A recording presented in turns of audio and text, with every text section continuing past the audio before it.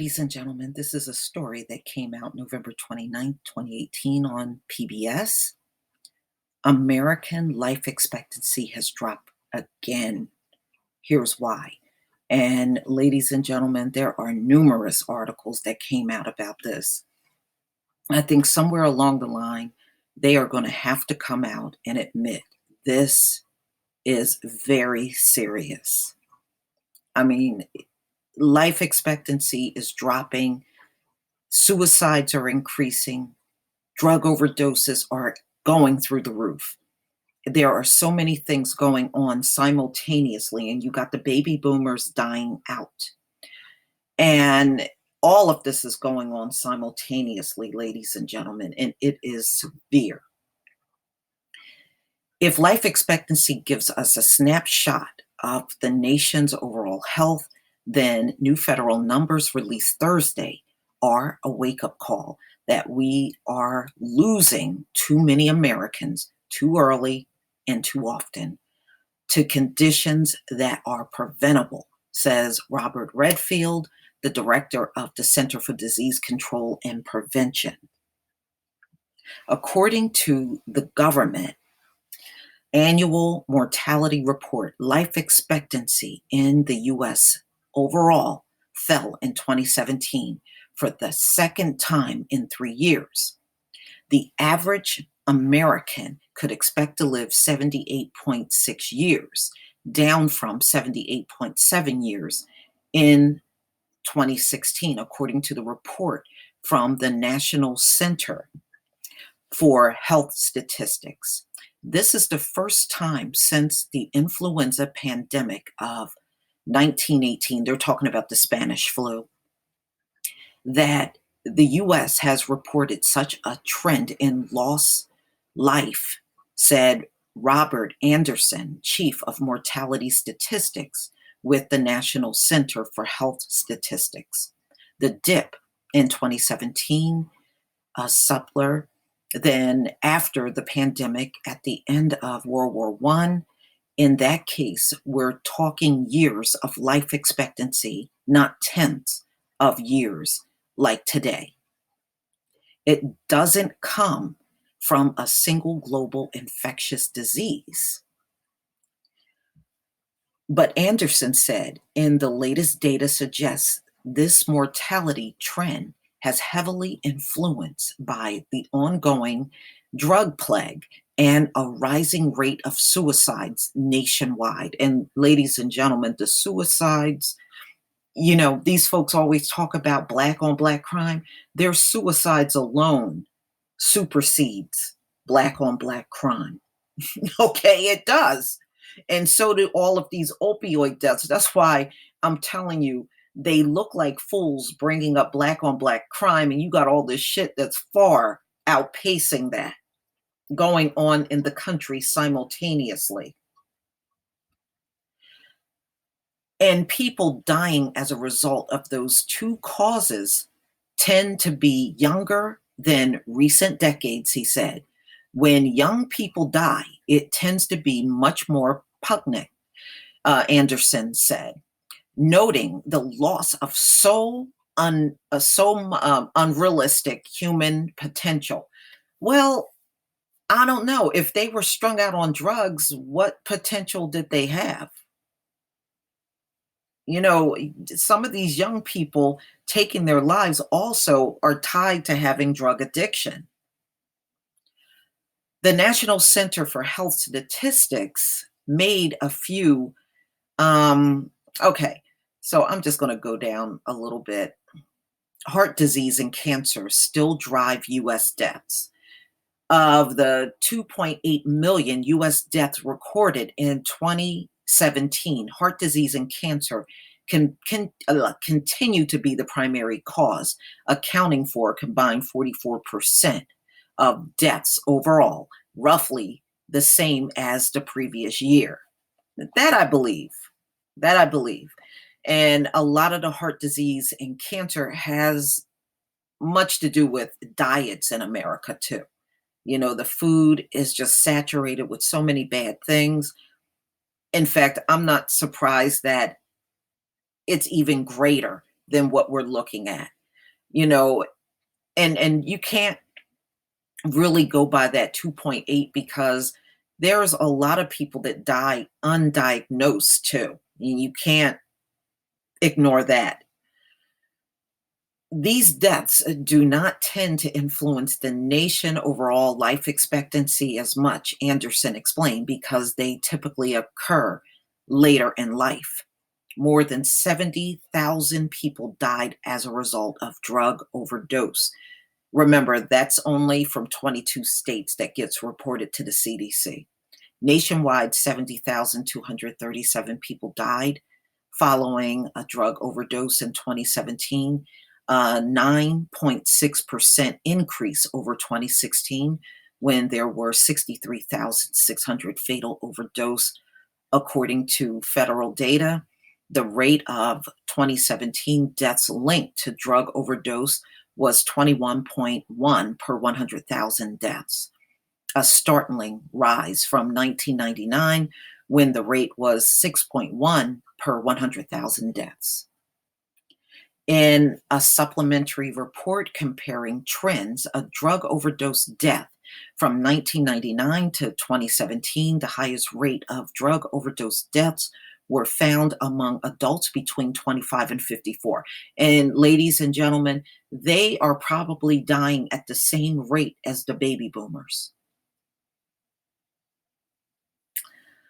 These years tend to be those when people hit their peak personally and professionally, forging new careers, forming romantic partnerships, having children, and achieving that potential. West Virginia overdose death rate was more than double that the national rate. Ohio and Pennsylvania had the next highest rates of overdose deaths. So I'm not surprised about that because, Pennsylvania had called a state of an emergency, if you all remember, at the end of 2017. Nebraska, South Dakota, and North Dakota reported the lowest rates of drug overdose deaths in the U.S., but they're high in meth, though. I want you to remember that. They are much higher in meth. In 2017, the greatest number of deadly overdoses were again from the use of opioids, totaling 47,600 deaths, compared to almost 20 years ago. The rate increased fivefold, up from 2.9 per 100,000 deaths in 1999 to 14.9 per 100,000 deaths in 2017. Breaking it down even further, nearly 28,500 people died after overdosing on synthetic opioids. And that's what's taking them out so quickly, the fentanyl. The extremely potent drug fentanyl primarily drove those deaths. Heroin overdoses made up more than 15,400 deaths, marking a dramatic rise from 1999 when fewer than 2,000 people died from heroin overdose. Suicide is on the rise. Yeah, it is. The suicide articles are coming out a lot now. You can tell there is definitely something going on. Last year, 47,173 Americans killed themselves. The latest federal data shows marking a 3.7% increase from the previous year. More dramatically, suicide rates have risen 33% nationwide since 1999, from 10.5 to 14.5 per 100,000 deaths, with the significant disparities between genders and among different communities. Now, ladies and gentlemen, their suicide alone outpaces Black on Black crime, deaths from Black on Black crime. And you can look at the FBI table, and so do their opioid deaths that far exceeds any Black on Black crime killings. That's why I'm telling you, when they bring that up, they look stupid bringing it up at this point. When you see the high number of people that are dying from their community every single year, which is outpacing every single death in the entire country. between the suicide and drug overdose. There is nothing in this country that exceeds those deaths in numbers. Nothing. There's no crime they can point to that exceeds all of these deaths.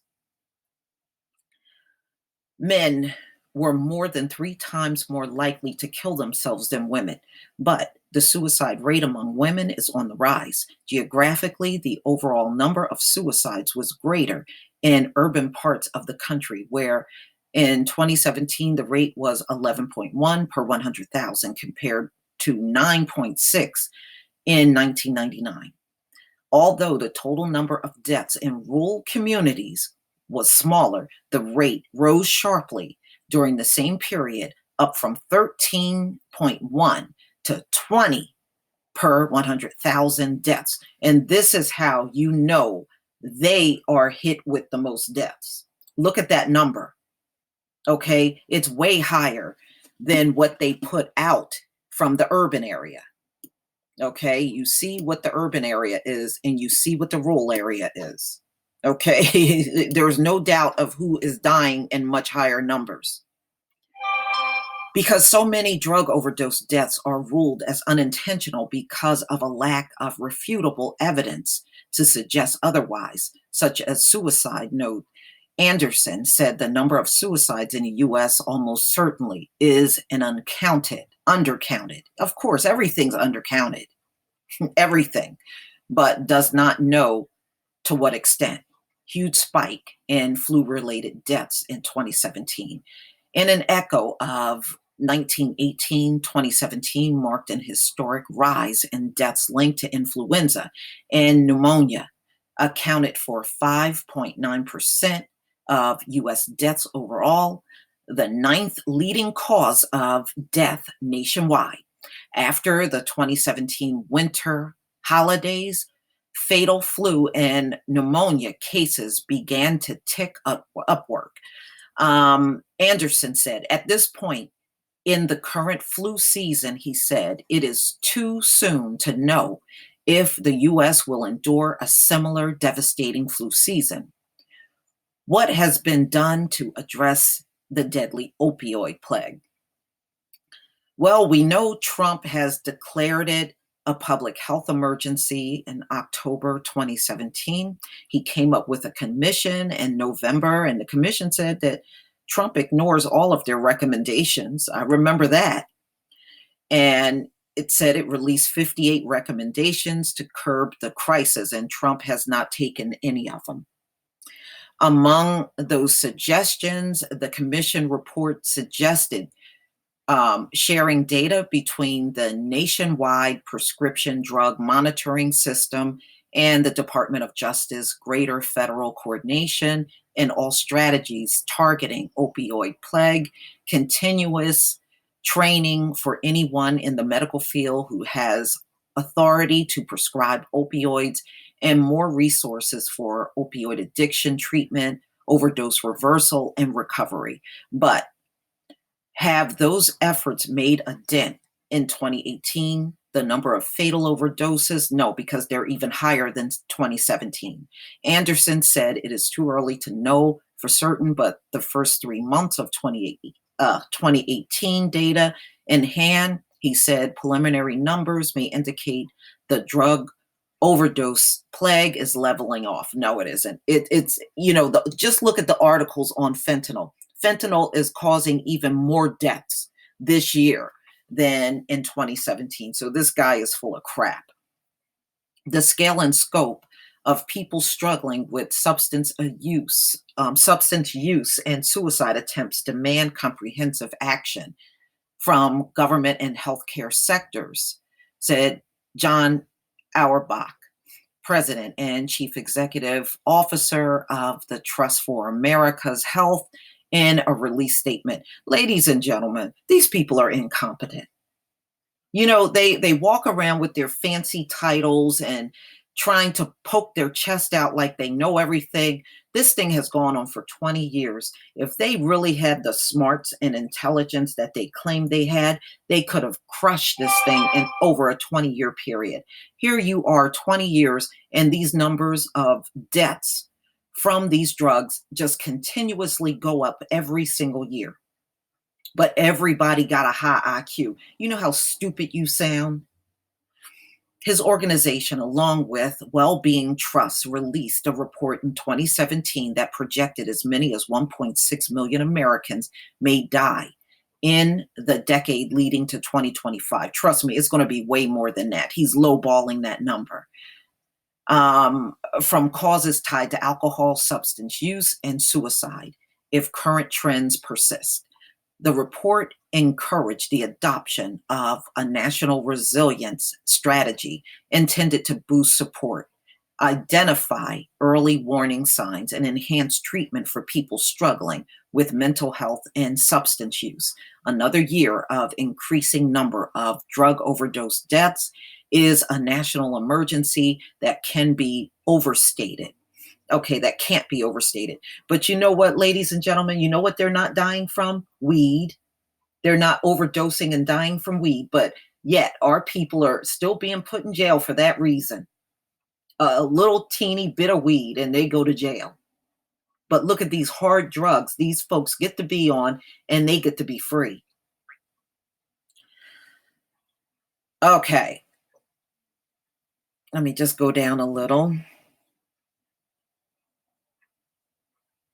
Beth Connolly, Director of Substance Use Prevention and Treatment Initiative at the Pew Charitable Trust and former commission for the New Jersey Department of Human Services, said more action is needed to address the opioid plague, high on her list, giving individual access medication-assisted treatment. They're talking about methadone, which is another drug that they're getting high on, which has been proven to reduce opioid overdose deaths and save lives. And people are also overdosing on that and dying.